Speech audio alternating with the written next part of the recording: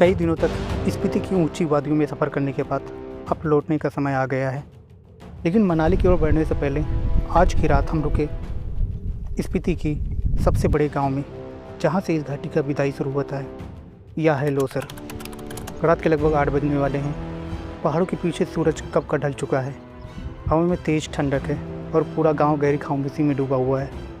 हम लगभग पहुंच चुके हैं लोसर गांव। दोस्तों, हम लोग लोसर पहुंचने वाले हैं।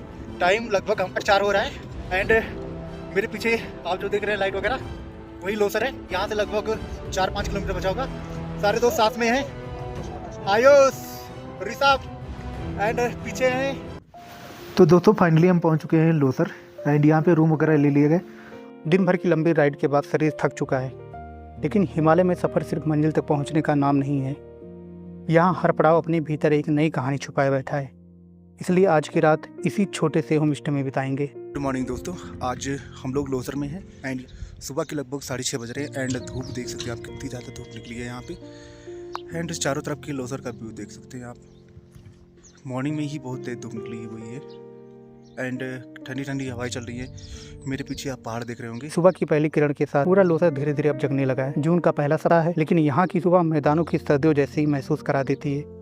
खुले आसमान के नीचे दिन की शुरुआत करना और सामने बर्फ से ढकी चोटियों को देखना, शायद यही हिमालय की सबसे बड़ी दौलत है।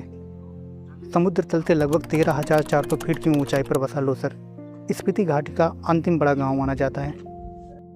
मनाली से आने वाले यात्रियों के लिए यहीं से स्पीति की शुरुआत होती है और लौटने वाले लोगों के लिए यहीं से विदाई का एहसास शुरू हो जाता है। पहाड़ों की ऊंचाई जितनी कठिन है, यहाँ के लोगों का जीवन उतना ही सरल।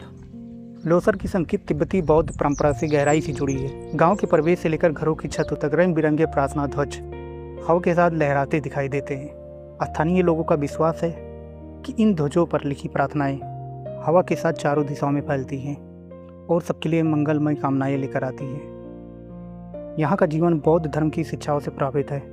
करुणा, धैर्य और प्राकृतिक के प्रति सम्मान, यही इस जीवन शैली की सबसे बड़ी पहचान है। सुबह और शाम मठों में होने वाली प्रार्थनाएं आज भी सदियों पुरानी परंपराओं को जीवित रखे हुए हैं। लोसर के घर देखने में बड़े ही साधारण लगे, लेकिन इन्हें यहाँ के मौसम को ध्यान में रखकर बनाया गया। मोटी मिट्टी और पत्थर की दीवारें सर्दियों में भीतर की गर्माहट बनाए रखने में मदद करती है।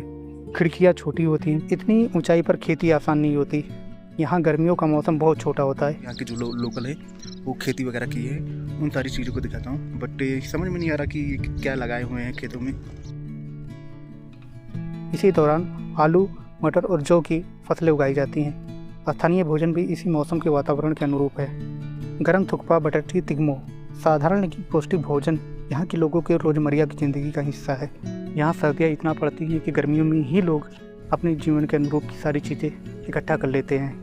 लोसर में त्यौहार केवल उत्सव नहीं होते, बल्कि समुदाय के जोड़ने का माध्यम है। तिब्बती नववर्ष, जिसे लोसर कहा जाता है, शायद यही वजह है कि इस गांव का नाम लोसर पड़ा है। पूरे उत्साह और परंपरा रीति रिवाज के साथ मनाया जाता है। लोसर की सबसे अनोखी बात सिर्फ इसकी ऊंचाई नहीं है, बल्कि इसकी खामोशी है। रात के समय यहाँ प्रकाश प्रदूषण लगभग ना के बराबर होता है। अब इस शांत सुबह को पीछे छोड़ने का समय आ गया है।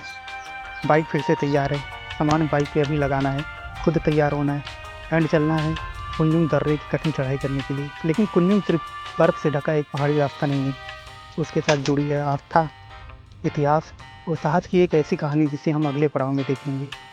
नेक्स्ट पार्ट में हम देखने वाले हैं कुंजुम पास एंड कुंजुम वार मेमोरियल। इतिहास से जुड़ी हुई एक ऐसी घटना जो कि अगले पार्ट में आपको देखने के लिए मिलेगी। तब तक के लिए हमारे चैनल को लाइक, शेयर एंड सब्सक्राइब कीजिए वीडियो को। Thank you so much for watching my video.